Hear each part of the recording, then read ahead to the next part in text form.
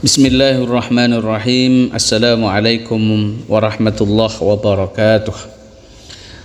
Pada kali ini kita akan mengaji kitab Matnus Syarif karangannya Syekhuna Muhammad Khalil bin Abdul Latif Al-Bangkalani, bab terkait mandi, tata cara mandi besar. Bismillahirrahmanirrahim. Qala al-musannif rahimahullah wa nafa'ana bihi wa ulumihi fid dharaini amin. Faslun walladzi yujibul ghuslah sittatu asya'ah. Walladzi sesuatu perkara yang mewajibkan mandi, sittatu asya'ah itu ada 6 perkara. Yang pertama ilajul hasyafati fil farji. Pertama, memasukkan hasyafah ke dalam farji, memasukkan alat kelamin laki-laki ke alat kelamin perempuan. Ini bagi suami istri ataupun yang bukan suami istri, tetap hukumnya ilajul hasyafah fil farji, mewajibkan mandi. Kalau suami istri dapat pahala besar, bahkan tetes demi tetesan bernilai ibadah. Namun kalau bukan suami istri akan menjadi laknat, akan dilaknat dan mendapat dosa yang sangat besar.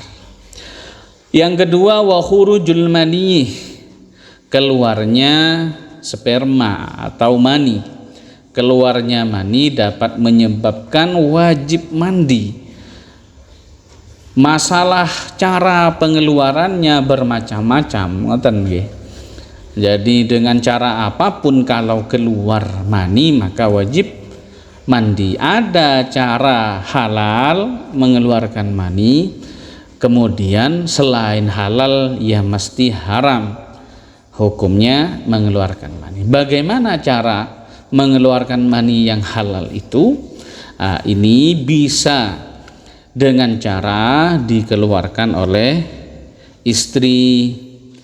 Jadi misalkan istri ini lagi haid atau lagi menstruasi berhalangan, maka perempuan ketika menstruasi itu tidak boleh dijima, tidak boleh dikumpuli, haram, berdosa. Kemudian si suami ini kok malah pengen begitu ya, bagaimana caranya ini? Jadi ketika suami pengen sedangkan istri dalam keadaan berhalangan, maka boleh dikeluarkanlah maninya suami atau spermanya itu dengan cara dari pihak istri. Tidak boleh dengan suami, tangan suami sendiri nggak boleh, tapi boleh dengan cara pakai tangannya istri atau dengan cara apapun selain berjima. Ngeten nggih, selain berjima dengan cara apapun diperbolehkan, dengan catatan tidak dilakukan oleh suami sendiri tapi minta bantuan si istri. Kemudian yang ketiga wal mautuh, meninggal dunia. Siapa saja yang meninggal dunia maka wajib mandi atau dimandikan. Sekalipun sebelum meninggal misalkan sudah mandi, sudah bersih berpakaian rapi, tiba-tiba meninggal sakaratul maut, maka tetap wajib mandi. Karena yang mewajibkan mandi bukan karena bersih dan kotornya. Yang mewajibkan mandi disebabkan nazak, keluarnya ruh dari jasad, keluarnya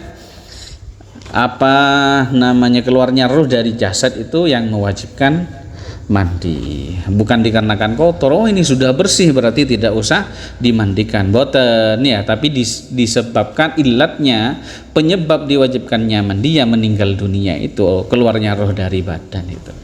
Wa hadhihi salah satu mustarikatun bainar rijal wan nisa. Ketiga ini mustarikah, baik bagi laki-laki dan perempuan. Jadi memasukkan hasyafa dalam farji, keluarnya mani baik laki-laki atau perempuan, atau meninggal laki-laki dan perempuan, ini semua diwajibkan mandi. Kemudian wanqita'ul haidih, yang keempat, sudah mampetnya haid setelah menstruasi bersih, setelah bersih mewajibkan mandi. Wan nifasi, dan nifas setelah nifas, wal wiladati, dan setelah melahirkan. Ini adalah sesuatu yang mewajibkan mandi. Wa furuduhu, adapun beberapa fardunya mandi, isnanih, ada dua. Yang pertama niyatuh, yang kedua wa isalul ma'i ila jamil basyarah wal wasya'arih wa in kasufah. Yang pertama niat, yang kedua menyampaikan air, mengalirkan air ke sekujur badan, baik kulit dan rambut atau bulu, semuanya. Wa in kasufah, sekalipun rambutnya tebal. Hadza wa in kanat ala badanil mughtasil najasatun la taktafihi ghuslatun wahidatun anin najasati wal ghuslih bal yaziluha awalan thumma yaghtasiluh. Oke. Kalau misalkan di badannya orang yang mandi itu ada najis, maka tidak cukup dengan satu kali basuhan, satu kali mengalirkan air, tapi harus menghilangkan najis terlebih dahulu, kemudian tsumma yaghtasilu, kemudian mandi. Jadi mengalirkan air itu ke seluruh badan, baik kulit atau rambut, baik tebal atau tipis, semua di sekujur badan harus dialirkan air. Kemudian ketika ada najis, najisnya dihilangkan terlebih dahulu, sebab ketika najis dan mandi dijadikan satu dalam satu basuhan, ya tidak cukup. Berarti pertama dihilangkan najis dulu, kemudian mandi besar, begitu. Selanjutnya wasunanuhu, beberapa sunnahnya mandi, sab'atu asya'a, ada 7 perkara. Yang pertama at-tasmiyatu, baca bismillah, wal wudu'u qablahu, dan wudu' sebelum mandi, waddalku itu artinya menggosok-gosok badan yang dialirkan air, wal muwalatu, muwalah cepat-cepat, wa taqdimul yumna, mendahulukan yang kanan, alal yusra, daripada yang kiri, wa taslis, dan mandinya 3 kali basuhan, wa takhlilu sya'ri, dan menyelat-nyelati rambut.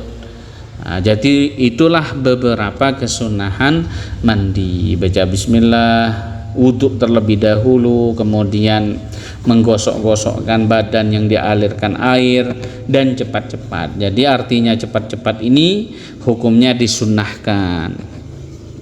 Jadi solusi bagi kemanten baru yang masih malu, biasanya ya kemanten baru biasanya kebanyakan ini numpang ke mertua, baik yang perempuan atau laki-laki. Ini kalau mandi malam ini ya malu. Sesuatu yang tabu, ini tidak terbiasa. Jadi bagi kemanten baru itu kadang ya merasa tidak biasa, ini mandi malam. Ini biasanya identik dengan jima, hubungan suami istri, sehingga ada solusinya. Bagaimana? Jadi ketika malam dibasuh terlebih dulu bagian kepala. Ya, jadi bagian kepala dibasuh, dibersihkan, diniati untuk ghuslah liraf'il hadasil akbari, mandi menghilangkan hadas besar. Nah, jadi kepala dibersihkan, dimandikan, dialirkan air. Setelah itu dia handuki, badan nunggu subuh, ya nggak apa-apa begitu itu, karena mualah cepat-cepat itu sunnah di dalam mandi, beda dengan wudu. Ngoten nggih. Jadi kalau wudu itu perbedaannya ketika membasuh wajah kemudian membasuh tangan, setelah membasuh tangan kok ngentut misalkan atau melakukan sesuatu yang dibatalkan wudhu, maka harus dimulai dari awal. Berbeda dengan mandi.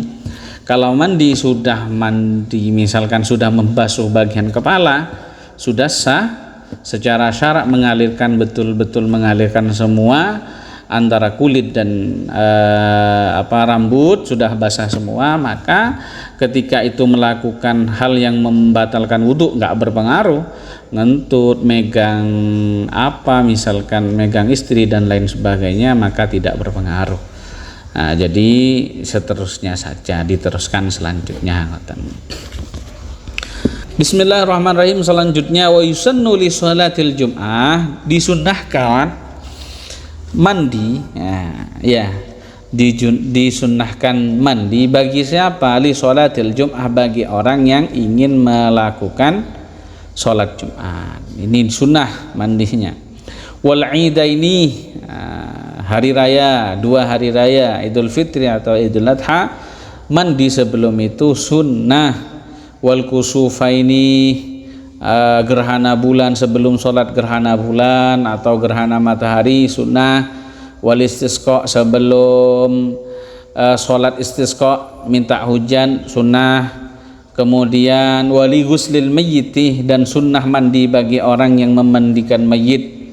Walil ifaqati minal junun, dan juga sunnah bagi orang yang sembuh dari junun, dari gila. Wal bulugh, dan juga sunnah bagi orang yang baligh mandi. Walil ihrami, dan sunnah bagi orang yang melakukan ihram, hendak ihram.